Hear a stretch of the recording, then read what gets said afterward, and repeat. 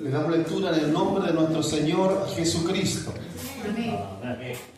Pero sin fe es imposible agradar a Dios, porque es necesario que el que se acerca a Dios crea que le hay y que es galardonador de los que le buscan. ¿Puede tomar asiento? El título de este mensaje no es nada original, pero es una gran verdad. Sin fe es imposible agradar a Dios. No hay ninguna forma en que podamos agradar a Dios si no hay fe. Y Dios nos ha dado esa porción de fe a cada uno para que podamos caminar en su voluntad, podamos agradarle, podamos servirle. Y el enemigo de nuestras almas está luchando contra usted, contra mí, desde el mismo día que nosotros nos entregamos a Cristo. Porque en ese día Él perdió el control sobre nosotros. Igual que Faraón, cuando vio que el pueblo se iba de Egipto, ellos caminaban libres por el desierto, pero Él regresó a tratar de tomar control sobre ellos y hacerlos volver atrás. Y eso es exactamente lo que Él intenta con usted y conmigo. Porque ahora ya no servimos al príncipe de las tinieblas. Ahora, desde el día que nos entregamos, servimos al único Señor, al Rey de Reyes y Señor de Señores. Ahora le pertenecemos a nuestro Señor Jesucristo. Y este enemigo, amados, hará lo que sea por detenerlo a usted y a mí. Es un tipo tramposo, mentiroso, ladrón. No tiene escrúpulo ninguno. Hará todo lo que sea posible por detenerlo, por detener mi caminar en Cristo y ojalá por dejarnos allí tirados en el camino. El propósito de su acción es debilitar nuestra fe. Debilitar nuestra fe. Sepa usted que el diablo es un gran conocedor de la palabra de Dios.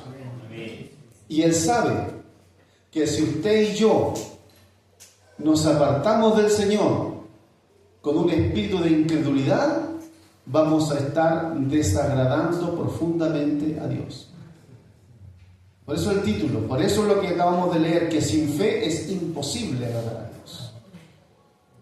Y vemos, amados, que el quebrantamiento de la fe que el enemigo muchas veces coloca en nuestro corazón, en nuestra vida, es cuando siembra la duda, como hacía el pueblo de Israel en el desierto, todo el tiempo dudando, todo el tiempo murmurando: oye, ¿para qué nos sacaste al desierto? Señor, ¿por qué tengo que estar pasando por esta situación? Israel: Señor, estamos pasando sed, queremos comer carne. Hubo un tiempo en que andaban buscando carne y ya estaban hasta aquí con el maná. No sabían que el maná era tipo o figura del Señor Jesucristo.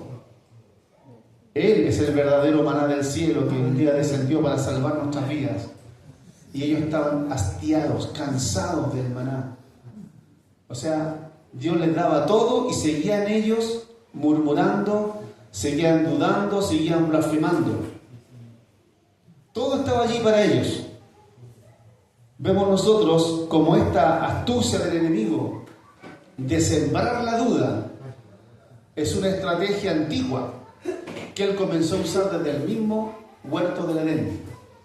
Ahí en Génesis capítulo 3, cuando estaban los primeros en el huerto, el enemigo ve a la mujer, le habla y dice la Biblia que la serpiente era más astuta que todos los animales del huerto. Ahí en Génesis 3. Y ésta le dijo a la mujer: ¿con que Dios os ha dicho, no comáis de todo árbol del huerto? Está él allí como haciendo mirar en menos la orden que Dios había dado. Así que él le dijo. Y no solamente eso, sino que además torció la palabra, porque nunca dijo que no podían comer del árbol del huerto. En el verso 1 dice, con que Dios os ha dicho, no comáis de todo árbol del huerto. Y lo que Dios dijo, de todo árbol del huerto pueden comer, menos del árbol de la ciencia del bien y del mal. O sea, este enemigo torciendo la palabra, manipulando la palabra, tratando de sembrar en la mente la duda, de poner en duda lo que Dios dice, lo que Dios ordena en su palabra. Ahora, con respecto a Israel, quejándose todo el tiempo, ¿acaso este Dios todopoderoso que hizo grandes milagros en la tierra de Israel, y ellos fueron testigos de todas aquellas cosas, no tenía poder para darles de beber en el desierto? ¿No tenía poder para darles de comer en el desierto? Si a la autoridad de su palabra el Señor dijo, hágase la luz, y se hizo, porque Él dice y se hace, hermano. Es verdad. Y el pueblo siempre allí miraba en decir al Señor, ¿por qué me pasa esto a mí? Si yo busco a Dios, si me esfuerzo. Y el enemigo siempre buscando la oportunidad, ¿cierto?, de hacerle la zancadilla. ¿Y cómo lo hace, hermano? Cuando usted está en problemas, cuando yo estoy en problemas, el enemigo de alguna forma quiere sacar nuestra vida de esa comunión con Dios y empezamos a mirar el problema y no al Señor. Cuando el pueblo vio que faltaba agua y ellos deseaban tantas cosas en el desierto, bueno, nosotros nos sacó ¿para qué nos ha sacado? ¿Para morir en el desierto? ¿No estábamos mejor en Egipto, decía? Ahí nos sobraba de todo, teníamos de esto y de aquello, papas, cebollas, un montón de cosas que menciona en un pasaje. Había mucho ya, pero estaban en esclavitud, por ejemplo. No eran libres. Hermanos, y el enemigo a usted lo hace perder el enfoque. Usted que estaba sirviendo a Dios, usted que estaba mirando a Dios, de pronto empieza a angustiarse, empieza a ver un problema que lo está atribulando, lo está angustiando, y usted empieza a mirar el problema. Y el problema empieza a verse grande. Y resulta que el cristiano, cuando está viviendo esa situación, es cuando el enemigo aprovecha de susurrarle al oído: mira lo que te pasa. ¿Y dónde está tu Dios? Y tus oraciones parece que el Señor ya no las escucha. Y poco a poco el enemigo empieza a sembrar el desaliento, el desánimo, la duda, en otras palabras, la incredulidad. Y él aprovecha, ¿cierto?, esas instancias. Pero ¿cómo tiene que pasar el cristiano las pruebas? Tiene que pasar la prueba sirviendo a Dios, confiando en Dios, creyendo en Dios, entregándose a Dios. Porque de repente las pruebas se ven tan grandes. Y por supuesto que son grandes, pues, hermano. Sobre todo cuando usted deja de mirar a Cristo. Pero cuando usted mira al Señor, las pruebas inmediatamente se ven más pequeñas. Cuando usted está mirando al Señor, inmediatamente la lucha no es tan tremenda. Porque ¿sabe qué? Usted sabe que el Señor está con usted. Y cuando usted tiene esa confianza, tiene esa fe, usted puede caminar viendo las luchas, viendo las pruebas más pequeñas, porque Dios es más grande que su problema. Dios es más grande que su lucha, es más grande que su prueba, es más grande que su dificultad. Ahora, ¿por qué hay tantos hermanos que empiezan a quedarse en el camino, Señor? Tanto hermano que de pronto usted ve que no están en la casa de Dios. Es el enemigo que está luchando, pues, hermano. El enemigo que está colocando en su mente tantas cosas que lo apartan, que lo alejan de las cosas de Dios. Cuando hay problemas, en vez de buscar a Dios, más nos alejamos de Dios, y debiera ser todo lo contrario. Y ocurre muchas veces que cuando hay prueba, cuando hay lucha, ya no vamos a la iglesia. dejamos de orar, dejamos de buscar a Dios. Y es ahí cuando más hay que buscar, por hermano. Amén. Sí, Señor. Ahí es cuando más hay que buscar, cuando más hay que agarrarse de la mano de Dios. Sí. Vemos nosotros que eso en el fondo también es falta de fe. Porque no estamos confiando en Dios. Es como que Dios nos tiene abandonados, yo con esto no puedo, esta cosa es más difícil para mí. Claro, usted solo no puede, pero con Cristo todo es posible, por hermano. Amén. El tema es que hay que creerlo. No solamente hay que estudiar en la Escritura o saberlo, hay que creerlo. Sí. Porque de lo contrario, hermanos, vamos a estar caminando en tierras o en arenas movedizas, como dicen por ahí algunos, y en vez de avanzar nos vamos a hundir en nuestra desesperación, en nuestra prueba, en nuestra angustia, porque no hemos aprendido a confiar en Dios, no hemos aprendido a depender de Él. Y todo cristiano debe saber que Dios está junto a nosotros. Él prometió que estaría con nosotros todos los días. El problema, amados hermanos, es que cuando nosotros apartamos nuestros ojos del Señor, empezamos a hundirnos en el mar de la tormenta y la tempestad. Sí. Es como lo que le pasó a Pedro. Cuando estaban en la barca, iba tremenda tormenta y el Señor venía. Bueno, si eres tú, Señor, ordena que yo vaya. Y él caminó sobre las aguas. Pero de pronto, ¿qué hizo Pedro? Dejó de mirar al Señor y miró las olas, vio el viento, vio la tempestad y empezó ¿a qué? A hundirse. Sí. ¿Por qué? Porque apartó sus ojos del Señor. Y cuando empezó a hundirse, dijo: sálvame, Señor. ¿Y qué le dijo el Señor después de eso? Mateo 14, 29 al 31, ahí está esa historia. Mateo 14, 29 al 31, dice, Mateo 14, 29. Y él le dijo: ven. Y descendiendo Pedro de la barca, andaba sobre las aguas para ir a Jesús. El problema de Pedro fue en el verso 30. Pero al ver el fuerte viento tuvo miedo y comenzando a hundirse dio voces diciendo: sálvame, Señor. Pero al ver el fuerte viento, estaba viendo el problema.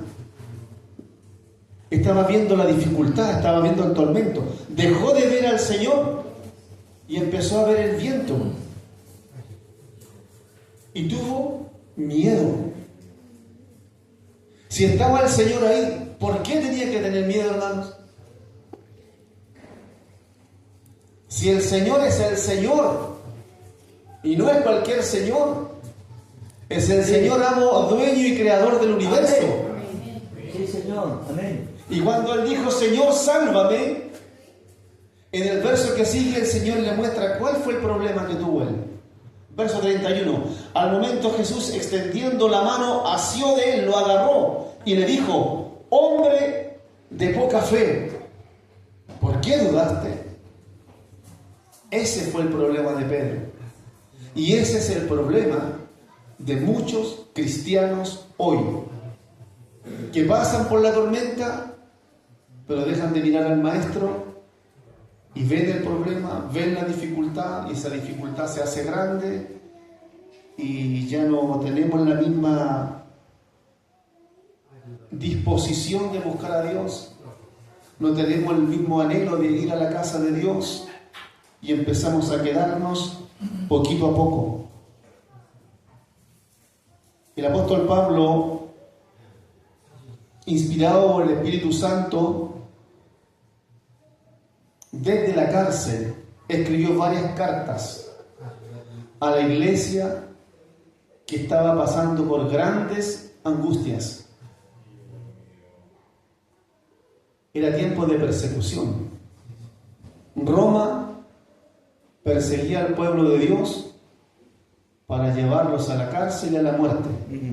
Y en esa situación, Pablo, estando en la cárcel, enviaba palabras palabra de Dios en sus cartas, animando al pueblo, exhortando al pueblo a que siguiera confiando, que siguiera buscando, que siguiera sirviendo a Dios. Si comparamos las pruebas de los cristianos del primer siglo con nuestras pruebas, nosotros a veces nos quedamos por muy poco en casa. Nuestras pruebas son una tacita de té al lado de las pruebas que sufrieron los primeros cristianos. Hoy día nos quedamos porque está nublado. Nos quedamos porque hay mucho sol. Nos quedamos porque hoy día no siento de ir a la iglesia, pero mañana siento. Hoy día hay un pueblo de Dios que no está caminando ni está sirviendo simplemente porque la fe ha llegado a ser tan débil que el enemigo, por cualquier cosa que sucede, los deja en casa. Y vaya, amados hermanos, que es importante que el pueblo de Dios tenga una convicción, una firmeza en la fe, para que pueda caminar, para que pueda servir y caminar como Dios desea que caminemos. Sí, Señor. ¿En cuántas partes usted escucha o ve la palabra de Dios? Gloria a Dios. La palabra, esa palabra que habla de continuidad, el que persevera hasta el fin, dice por ahí.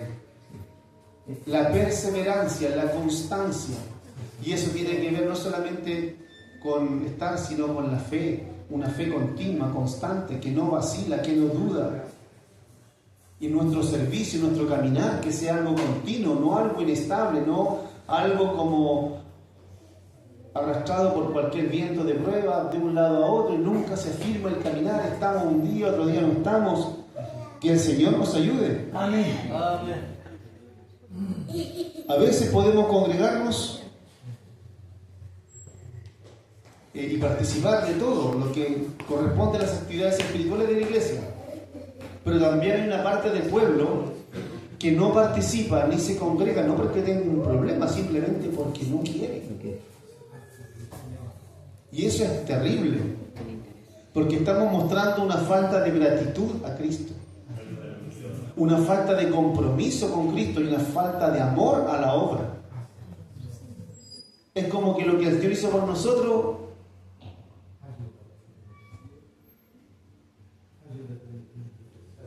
no es tan importante. Hay otras cosas que son más importantes. A veces hay otras prioridades.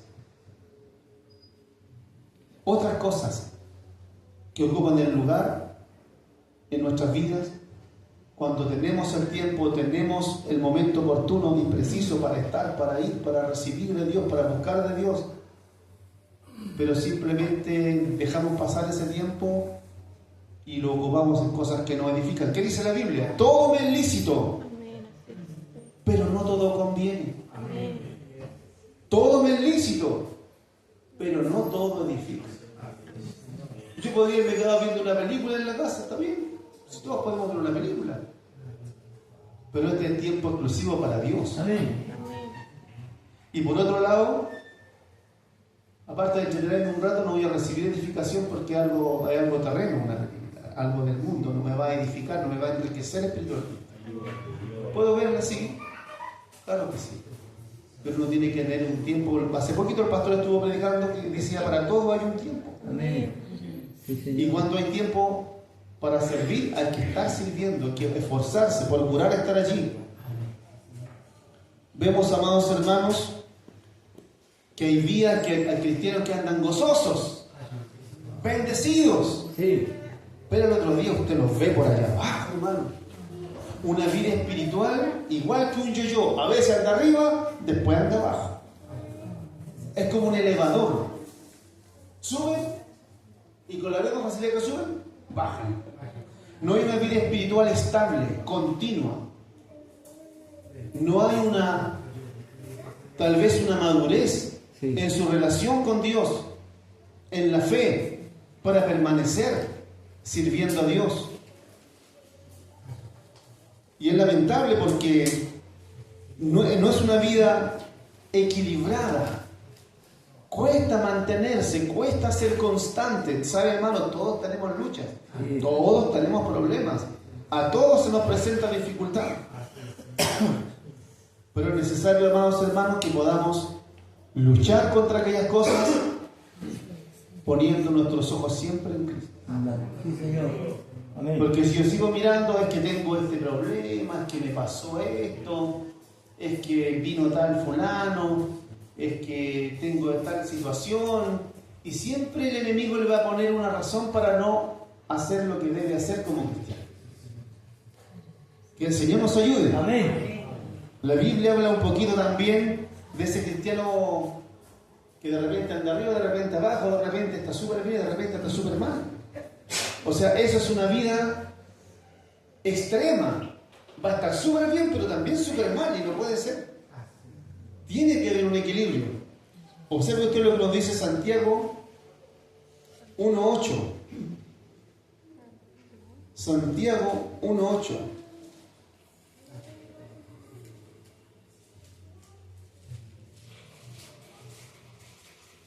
Dice: el hombre de doble ánimo es inconstante en todos sus caminos. Es inconstante, no permanece. Y eso puede afectar la vida del cristiano también, si el cristiano no se afirma en la fe, no se toma de la mano de Dios en forma clara y precisa, decidida, con determinación. Yo voy a estar ahí contra viento y marea. En cierta oportunidad, habían dudas en algunos en el pueblo de Dios. Lideraba a Josué y él les dijo: ustedes verán a quién sirven, si a Dios o a los dioses de las naciones, pero mi casa y yo serviremos a Jehová. Gloria al Señor. Había una decisión, una determinación. Un día nosotros entregamos a Cristo porque tomamos una decisión de servir, de buscar, de adorar, de caminar con Cristo. Entonces ahora tenemos que llevar esa decisión a la práctica. No importa las situaciones de la vida, no importa las luchas, las dificultades, Él está con nosotros para darnos Amén. la bendición. Hay un hombre muy conocido por todos, David, rey de Israel. Cuando fue muchacho, era un hombre que adoraba a Dios junto a los rebaños de ovejas. Y un día, cuando el pueblo de Israel está en guerra con los filisteos, el papá lo manda al frente a ver a sus hermanos. Y cuando llega allá y se encuentra con el gigantón filisteo, ¿verdad? Y lo escucha hablar. Y dijo: ¿y quién se cree este que viene acá a desafiar al ejército del Dios de Israel? Este incircunciso. Y vamos, ojo, que este era un muchacho, era un joven. Tal vez tendría sus 22 años, algo así, no hay una claridad respecto a las escrituras. Pero sus hermanos mayores, cuando le vieron llegar allá, lo reprendieron. ¿Quién es tú que venir acá? Pero había algo interesante en esta situación que vemos allí. 1 Samuel 17:45. 1 Samuel, ahí encontramos este episodio de las Escrituras.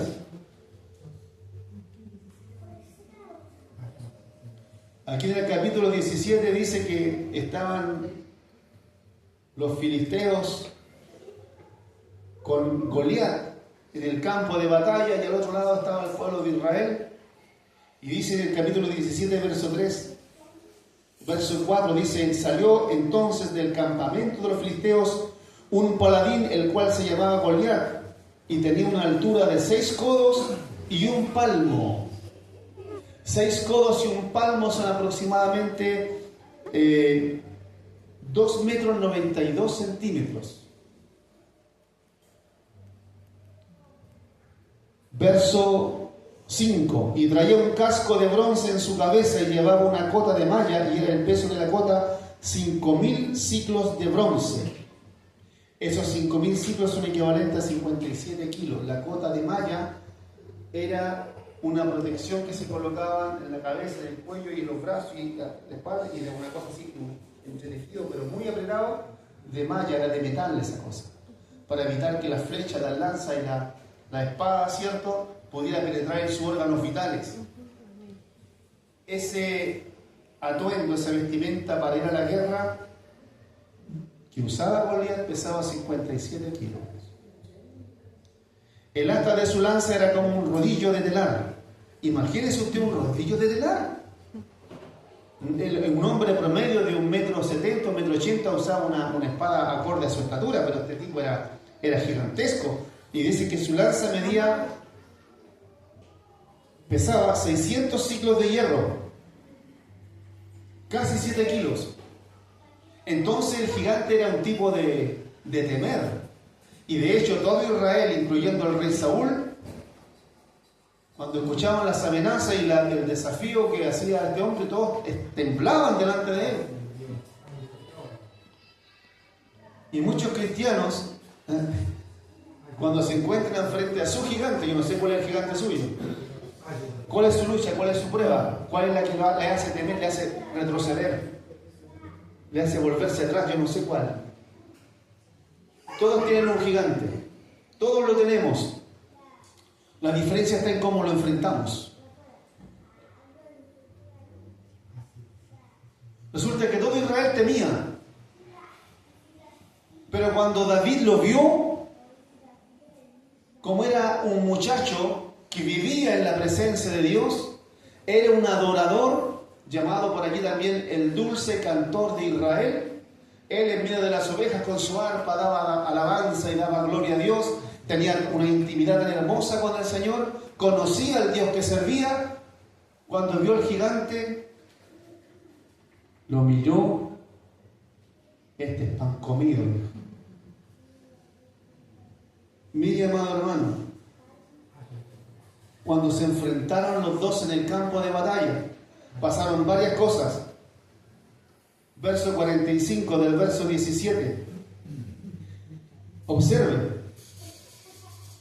1 Samuel 17:45. Si está por ahí. Entonces dijo David al filisteo, ya se vieron las caras: tú vienes a mí con espada, lanza y jabalina, pero yo vengo a ti en el nombre de Jehová de los ejércitos. Era el único que pudo alzar su voz y manifestar su confianza en el poder de Dios. Yo no sé cuál es tu gigante. Si tú lo vas a enfrentar con tus propias fuerzas, si tú lo vas a enfrentar tratando de solucionarlo con tus propios medios, si este gigante te está apabullando, te está haciendo temer, te está haciendo retroceder en el camino, tienes que entender que tú tienes que ir contra él en el nombre de nuestro Dios. Porque es allí donde está la victoria. El problema que estás enfrentando, la situación, las personas con las que tienes que enfrentar distintas situaciones. A lo mejor problemas en el hogar, problemas en los matrimonios, problemas económicos de distintas situaciones. Hay que buscar la solución y esa solución está por medio de la fe en nuestro Señor Jesucristo. Amén. Sí, Señor. Tú vienes contra mí con espada, lanza y jabalina, mas yo vengo a ti en el nombre de Jehová de los ejércitos, el Dios de los escuadrones de Israel, a quien tú has provocado. Es ahí donde está la victoria suya y la mía. Y todo eso tiene relación con nuestra fe, en quién estamos confiando. Si nos empezamos a quedar, nuestra fe se va a debilitar. Porque estamos mirando el entorno, las circunstancias que muchas veces son adversas y nos impiden seguir. Pero si miramos al Señor Dios Todopoderoso, vamos a vencer, vamos a pasar por sobre aquellas cosas. Es como cuando Pedro caminaba sobre el agua, las aguas y la tormenta representan las pruebas. Cuando él camina sobre las aguas, él tiene victoria porque mira a Cristo. Deja de mirar a Cristo y empieza a hundirse inmediatamente. Nosotros, amados, tenemos que estar mirando al Señor en todo tiempo. Dios nos ha dado las armas. En Efesios capítulo 6, Dios nos dice que debemos usar la armadura de Dios. Y el antídoto que Dios nos ha dejado contra la incredulidad, contra la duda, se llama fe. En esa armadura de Dios, en Efesios capítulo 6, bueno, lo primero que nos dice ahí es que nosotros tenemos una guerra. Hay muchos cristianos que al parecer no están conscientes de eso. Nosotros estamos en guerra con las fuerzas del enemigo. Y cuando usted no está consciente de eso, no pelea, no lucha. ¿Se imagina usted un hombre en el campo de batalla, que el enemigo y lo pillan tomando té? Pero si el hombre está atento, está el centinela observando el horizonte y ve al enemigo, todos se preparan, tienen la estrategia lista y empiezan ya a hacer lo suyo, están preparados para enfrentarse. Pero muchas veces los cristianos, los hijos de Dios, no están preparados, hermanos, porque están como distraídos. Andan, como dicen por ahí los chicos, andan en otra. No andan en Cristo. Andan mirando cosas, observando cosas que lejos de ayudarles los alejan de Dios. Dios nos ayude. Miren lo que dice Efesios 6:16. Hay una parte de la coraza o de la armadura de Dios que es importantísima.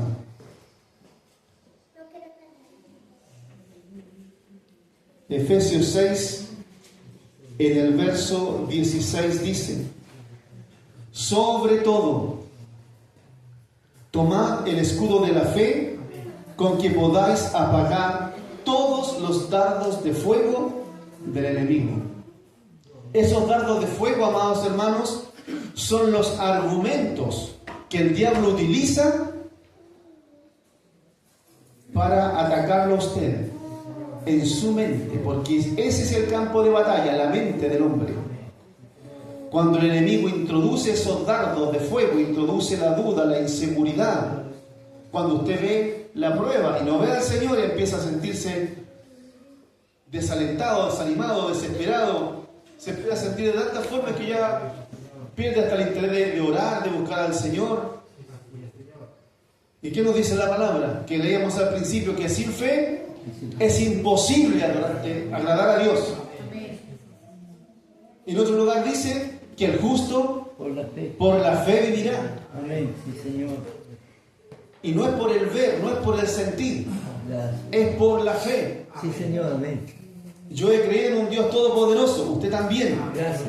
Hemos creído en sus promesas, usted también. Ahora ejerzamos esa fe en esas palabras, en esas promesas de Dios. Recuerde usted, amado hermano, que nuestro enemigo es un enemigo vencido. Es un enemigo vencido. Es un enemigo vencido. Por lo tanto, creyendo en esta palabra, tenemos que ponernos de pie, buscar a Dios, pedir nuevas fuerzas, porque nuestro Dios restaura. Amén. Aquel que esté debilitado, Él lo fortalece.